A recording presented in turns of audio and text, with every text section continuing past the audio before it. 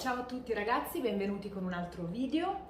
Oggi vi propongo un primo fin troppo classico, una semplice pasta con la trita, ma nella quale vi spiegherò qualche piccolo segreto per renderla ancora più cremosa, quindi per andare a stupire i vostri ospiti, perché solitamente è con i piatti più semplici che possiamo andare a fare una bella figura, quindi presentare un piatto d'effetto, perché di solito ci si aspetta sempre un qualcosa di scontato ed è proprio lì che, aggiungendo un tocco segreto, andremo a stupire i nostri commensali. Le dosi sono abbastanza indicative, ovviamente il tutto va in base a quanta ne volete fare, a quanti ospiti avete a casa.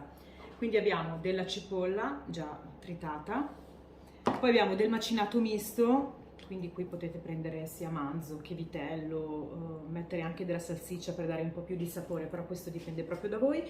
Questa qui sono circa 800 grammi.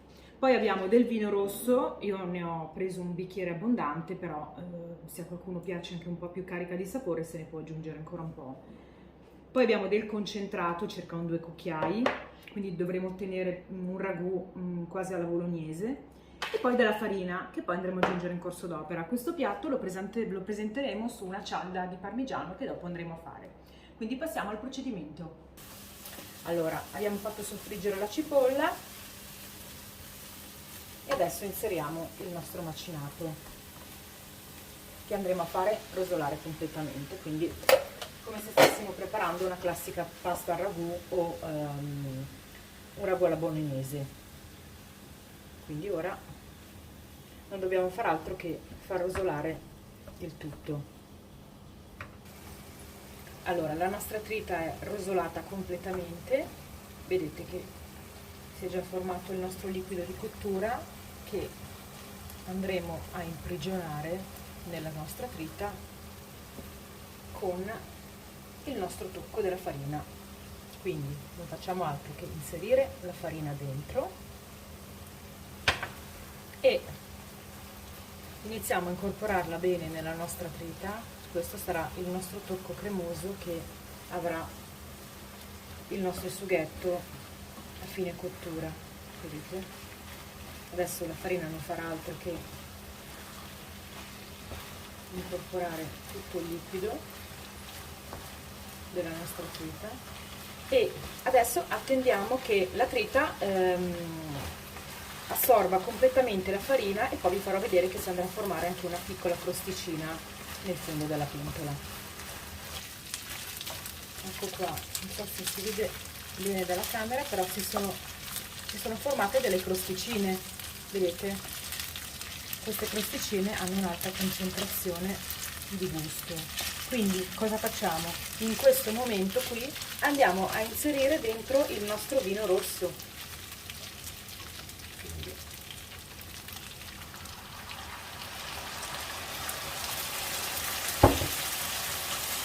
Quindi andiamo a sfumare, il nostro vino andrà a deglassare il tutto e ci conferirà un'alta concentrazione di gusto, proprio perché andrà a raccogliere tutti gli aromi che si sono formati grazie a questa crosticina.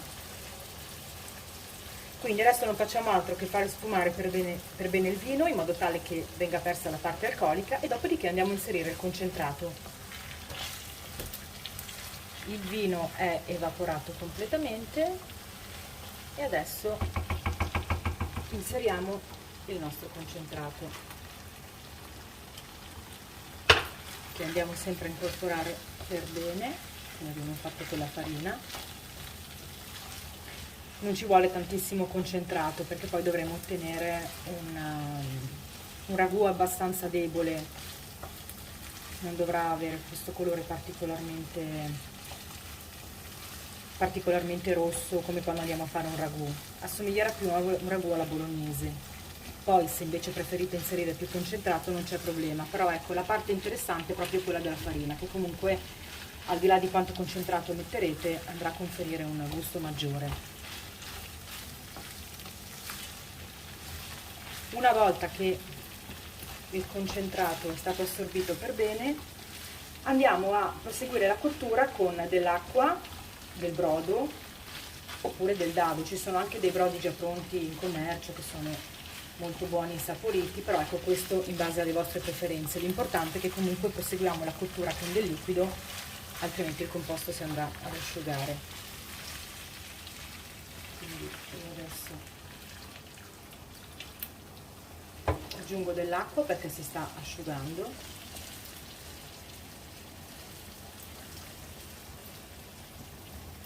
Ecco, non inseriamo troppo liquido, altrimenti poi alla fine magari sarà un po' più difficile da far assorbire, quindi guardiamo ogni tanto il nostro sugo, abbassiamo la fiamma, io aggiungo ancora un pochettino d'acqua, ecco, in modo tale che rimanga a questo livello, e ogni tanto continuiamo a controllare il composto in modo tale che non si asciughi. E poi ecco, aggiustiamo anche di sale, pepe, ecco, se lo volete arricchire con altri aromi, quindi anche della salvia, del rosmarino, insomma, questo è a vostro piacimento.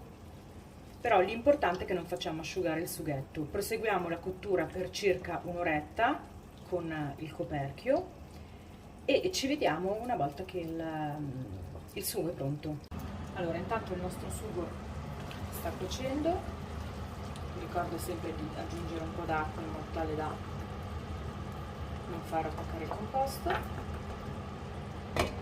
e intanto ho messo su una padella antiaderente per andare a fare la nostra cialda di parmigiano. Quindi iniziamo a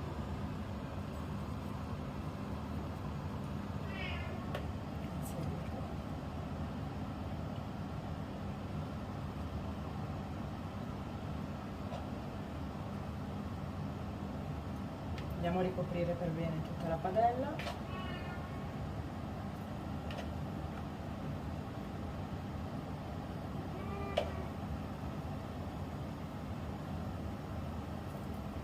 Passiamo anche la fiamma, in modo tale che abbiamo il tempo di ricoprire la padella per bene.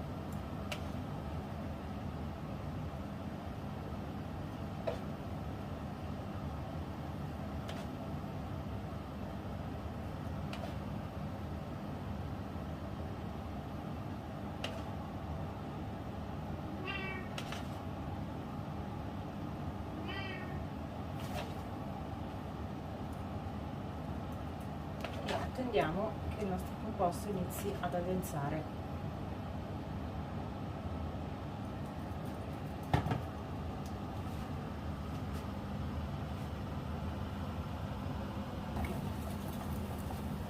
Il composto sta iniziando a rapprendere, quindi iniziamo a staccarlo e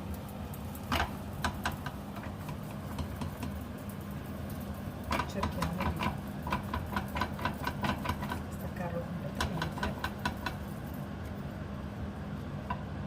giriamo dall'altra parte.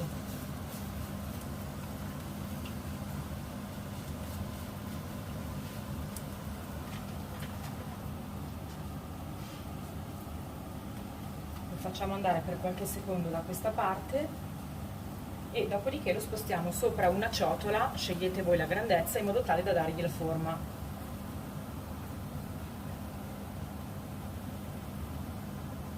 Quindi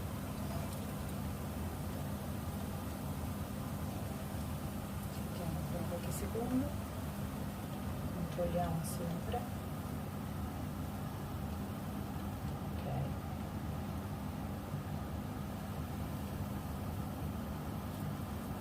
adesso lo stacchiamo completamente e lo inseriamo qui sulla nostra ciotola. Lo lasciamo riposare per qualche minuto in modo tale che prenda la forma del classico cestino di parmigiano. Il nostro sugo continua ad andare, non c'è bisogno di aggiungere acqua per adesso.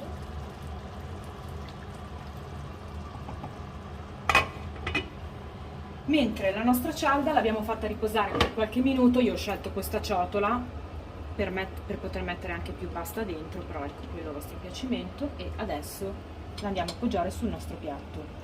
Questo diventerà il nostro piatto da portata per la nostra pasta. So che è impossibile proporre un cestino per ogni commensale, specialmente se abbiamo tante persone come ospiti, però queste sono sempre comunque delle idee carine, o per presentarle con degli stuzzichini o anche dei pezzi di pane poi da mettere a tavola, quindi comunque in ogni occasione secondo me possono sempre essere utili e sicuramente andranno a abbellire le nostre tavole. Ci vediamo dopo per vedere il nostro sugo pronto. Il nostro ragù è pronto, vedete, è bello cremoso e ovviamente con un gusto veramente eccezionale, quindi lo lasciamo qui e attendiamo la cottura della pasta. Io ho scelto delle trofie secche, però anche con della pasta fresca questo sugo sarà eccezionale. Ci vediamo dopo, una volta che è cotta la pasta. Ecco, abbiamo scolato la pasta, abbiamo aggiunto il nostro ragù, quindi ora mescoliamo per bene. Io ho prelevato un po' di acqua di cottura prima mentre la pasta andava e adesso la vado a inserire dentro per rendere la nostra pasta ancora più cremosa.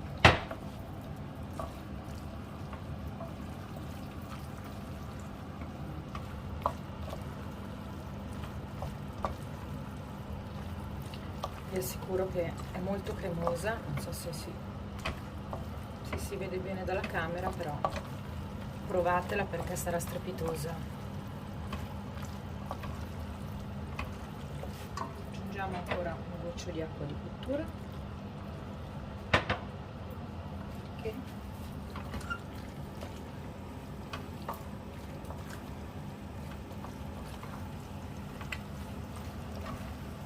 A questo punto spegniamo, mantechiamo un po' agitando la pentola per bene in modo tale da dare ancora più cremosità,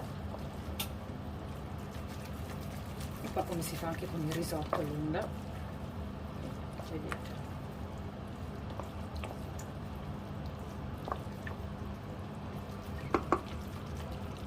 A questo punto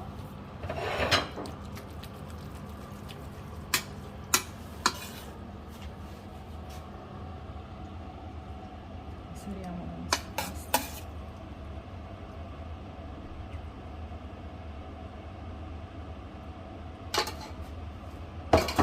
Una spolverata